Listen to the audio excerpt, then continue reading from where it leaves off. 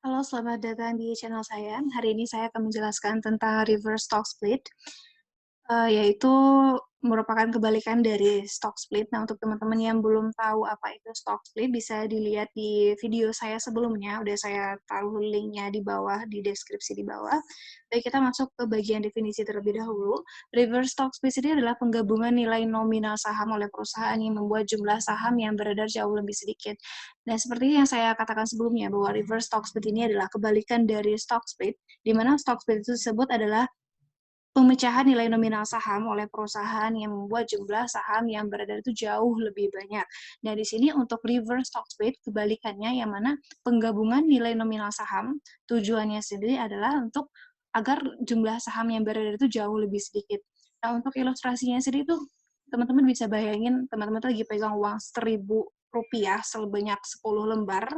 Nah, kalau teman-teman mau melakukan reverse stock split, berarti setelah teman-teman melakukan reverse stock split, maka teman-teman akan mendapatkan uang 10.000, angkat perbandingan 10 berbanding 1, 10.000 rupiah, tapi hanya satu lembar gitu. Lebih kurang seperti itu. Banyak sih alasan sebenarnya kenapa perusahaan mau melakukan yang namanya reverse stock split. Di latar belakangnya pun di sini saya tulis pertama adalah harga saham yang terlalu rendah sehingga tidak menarik perhatian investor. Nah, kenapa? Karena di sini untuk harga saham yang terlalu rendah itu investor itu menilai saham tersebut sebagai saham yang nggak bernilai atau saham yang murahan begitu.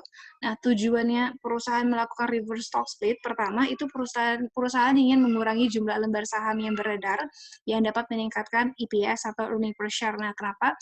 EPS sendiri itu rumusnya adalah net income dibagi dengan jumlah saham yang beredar. Nah, kita contohkan jika misalkan yang pertama, net income-nya adalah $1.000 dan jumlah lembar saham yang beredar adalah 100, maka earning per share adalah 10.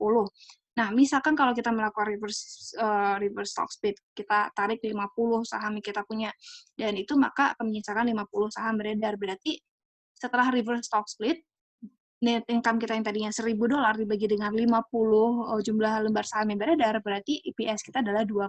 Maka dari itu EPS akan naik, cenderung naik ketika melakukan reverse stock split ini gitu. Nah, yang kedua adalah untuk mengurangi risiko delisting dari bursa efek karena harga saham yang terlalu rendah. Nah, delisting di sini maksudnya apabila harga jatuh sampai ke level yang sangat atau yang paling rendah, biasanya itu saham akan rentan terhadap tekanan pasar. Nah, misalkan kalau terlebih nih apabila si bursa efek itu memiliki batas minimum atau ambang batas persyaratan pencatatan. Nah, misalkan kalau udah kurang dari ambang batas yang udah ditentuin sebelumnya, maka akan ada kemungkinan bahwa saham tersebut akan dikeluarkan dari pencatatan bursa efek atau yang kita kenal sebagai delisting begitu.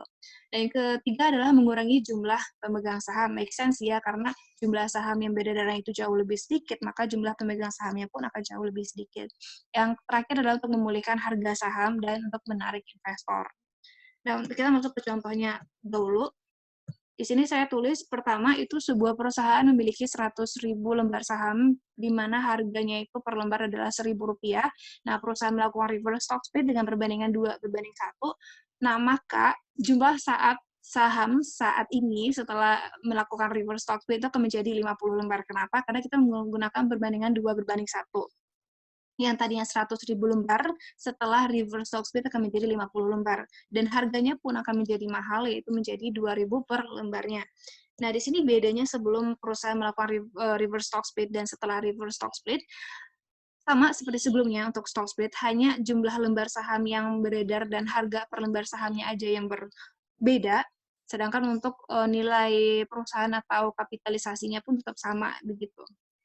Nah, contoh keduanya, ini Kevin memiliki 1.000 lembar saham SMGR di harga Rp50 per lembar sahamnya. Nah, perusahaan SMGR itu memutuskan untuk melakukan reverse stock split dengan rasio 10:1. Artinya, 10 lembar saham SMGR yang tadinya satu lembar itu harganya 50 akan digabung menjadi satu lembar saham SMGR dengan harga yang barunya adalah 500 per lembar. Nah, jadi setelah dilakukannya proses reverse stock split yang dilakukan oleh perusahaan SMGR, berarti Kevin itu akan memiliki sebanyak 100 lembar saham SMGR di harga per lembarnya adalah Rp500.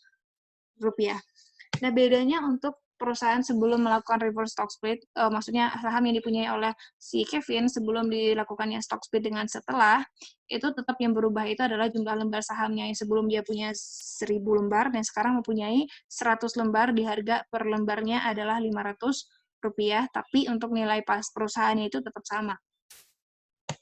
Nah, kita langsung masuk ke terakhir kesimpulannya di video sekitar 5 menit video ini. Kesimpulannya pertama adalah reverse stock split ini adalah sebuah aksi korporasi, sama seperti stock split yang udah saya jelasin sebelumnya. Dan yang kedua adalah untuk penggabungan nilai saham, sama itu merupakan kebalikan dari stock split, di mana stock split adalah pemecahan, tapi di sini adalah penggabungan nilai saham. Yang ketiga adalah untuk memperkecil jumlah saham yang beredar. Yang terakhir adalah untuk itu merupakan sebuah sinyal negatif. Nah, kenapa biasanya ini dinilai kenapa? Karena perusahaan yang melakukan reverse stock split ini kan berarti harga sahamnya itu termasuk harga saham yang sangat murah, karena itu perusahaan melakukan reverse stock split begitu. Nah, mungkin timbul pertanyaan, gimana kalau misalkan perusahaan yang baru aja melakukan stock split dan habis itu langsung melakukan reverse stock split?